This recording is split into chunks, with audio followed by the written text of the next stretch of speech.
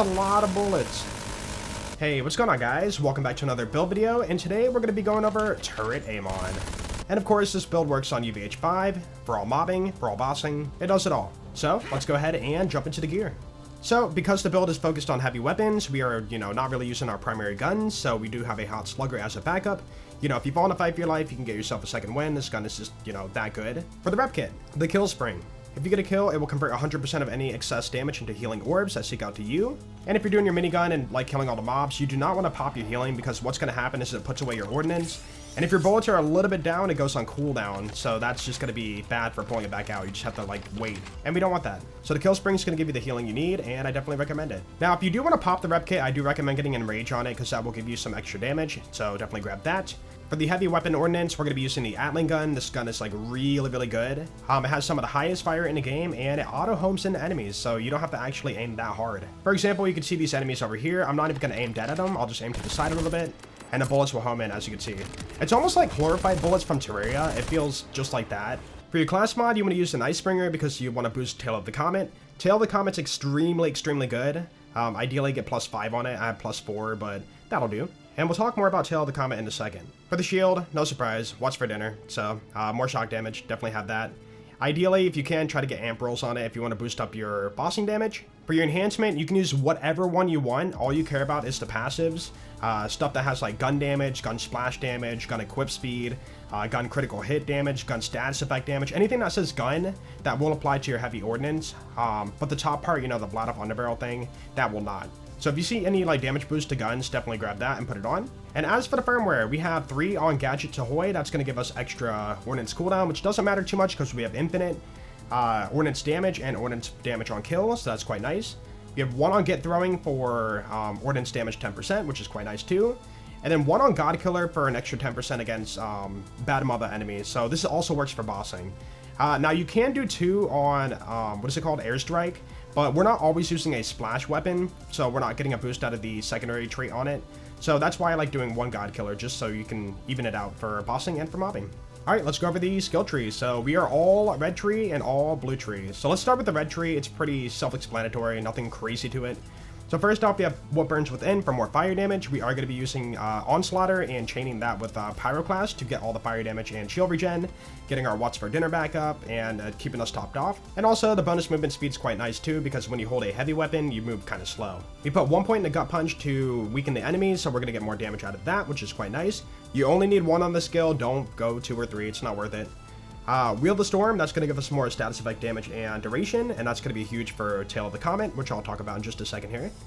We put 4 points in a Bullet Storm just to get some more gun damage if we apply a status effect, and that's going to move us down the tree to get, the usual combo, Berserk and There's Only Red. 600% cryo damage, get 10 kills, stack that up. Definitely insane for mobbing, grab that. Let's move on to the blue tree. For the blue tree, I'm going to skip right down to it. So Tail of the Comet, when you do ordnance damage, you stack a cryo status effect. And this status effect is ridiculously high and will stick around for a long time. So this will wipe out any mob, any boss, as long as they're not immune to cryo damage. Yeah, this skill is busted, so definitely grab that for the build. Up here, we just have more status effect application chance and cryo effectiveness. Definitely grab that for dipping into Tail of the Comet. 3 here from my class mod, so normally it has 0. Don't put 3 points there, that's just, class mod boost. Down here, we have, I skipped Scorch Kairos, oops, can't forget about that. More ordnance damage, more mag size. This is huge because you're going to be able to chain burst fires on torque launchers infinitely, so grab that, I'll explain that in a second. Icy Rage, so we grab this just to move down the tree, but if we get a kill with cryo, we're getting some more gun damage, which is quite nice. And then Primal Surge will allow us to have infinite ammo on our ordnance. We're applying so many status effects that our heavy weapons are regenerating ammo over and over, so they just never run out. Also, if you want to be cost effective, you can only put 2 points here if you want to. You can sustain it infinitely, but just to have that small buffer in case you miss a few bullets or whatever, I do like to put 5. But if you want to, you can take 3 points out of this and put it into more gun damage here for Battleborn. That's going to give you more gun damage to dip into your ordnance. And then 1 point into Blackout. So Blackout right now is bugged. You only get 1 point out of it. If you put 5, you're still only getting 1 point of the skill boost out of it. You increase your ordnance crit chance, and then if you hit a crit, you can apply a shock damage. So it's really good. Even with 1 point, it's really nice too. If they ever do fix this skill in the future, this is going to be even more dumb. Like Tail of the Comet and Blackout together, that's just a recipe for disaster. Gearbox, please fix it. And that is the skill tree, so let's go over the specialization. Pretty straightforward, so we have ordnance damage benefits from gun damage boost, which is quite nice. This will give us more ordnance crit chance and damage, or crit damage I should say. If our shield is full, we're getting more damage dealt, which is going to apply to everything. And then riddle you this, we're shooting out so many bullets that you're just going to stack 50% more gun damage, which will go into your ordnance. Yeah, this is like the combo. And if for any of my extra points, I threw it into brutes for more gun damage, so we can have, you know, that dip into our ordnance. Because not a whole lot more is going to help the build too much. Oh, I almost forgot, we got to go over the bossing stuff. So you take off the kill spring, you slap on any rep kit that has enrage and amp, that's going to help. Ideally order, so you can have 2 charges on that. And then the Atling gun you swap out to a honey bunches. So honey bunches has shrapnel and triple barrel, and you're gonna burst fire like a huge, like massive chunk of damage, and then that dips into Tail of the Comet, and then that just like wipes out anything in your path. Also, if you saw my other ordnance build video for AMON, you might know the disc jockey is pretty insane.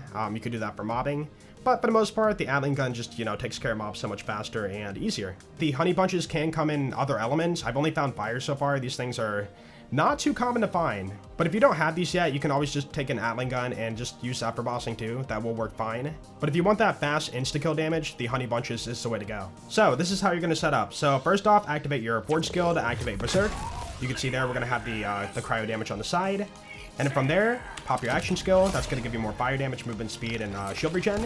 And then just hold down the trigger, and then your Primal Surge is going to regen your ammo, and then you're going to stack up insane dots for Tail of the Comet. And then you're also adding the fire damage from Onslaughter and the shock damage from your Watch for Dinner shield.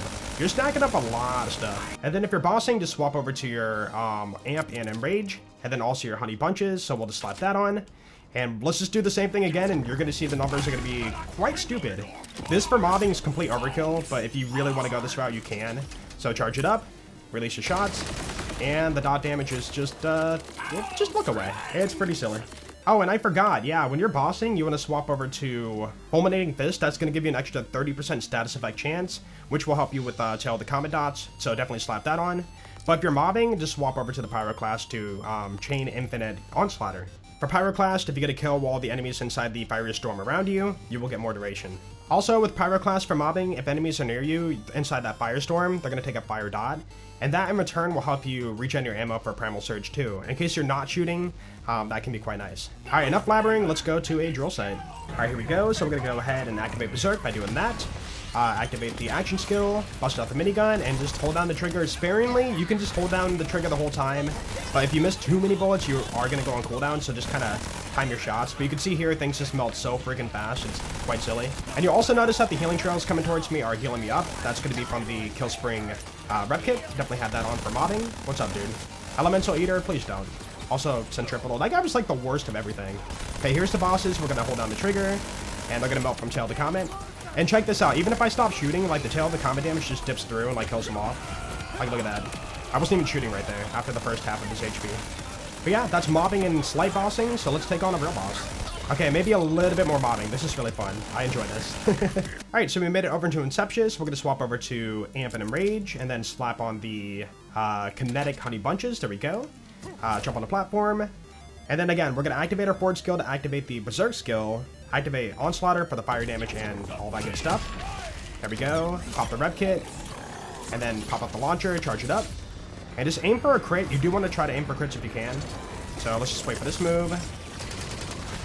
Like, I missed so many of those rockets, but like Tail of the Comet's just going to finish him off. That was an example of a bad kill, and like it's still pretty free. But just to show it off, let's go ahead and do the Atling gun for a kill because it's quite fun too.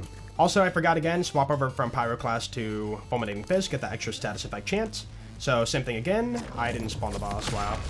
Alright, let's go back. Pay for the machine, there we go. Now the boss is gonna spawn. Alright, let's go back. We're gonna do the Hammer Slam. You have to wait till you're on the ground too before you do it. You can't like do it midair. Kinda sad about that. Okay, do that. Rep kit. Atling gun. And then, yeah, just hold down trigger. And even if he moves a lot, you can still hit him quite easily. He's not gonna, like, get away. The bullets homing in is quite nice for fast-moving bosses or targets. And yeah, there is your boss. He is dead. Cool. Anyways, I hope you guys enjoyed the build video today, so try out Turret AMON for yourself. A lot of fun, one of my favorite builds right now. But yeah, thank you guys for watching. If you haven't yet, hit that sub button on the way out, and I will see you guys in the next video. Peace out.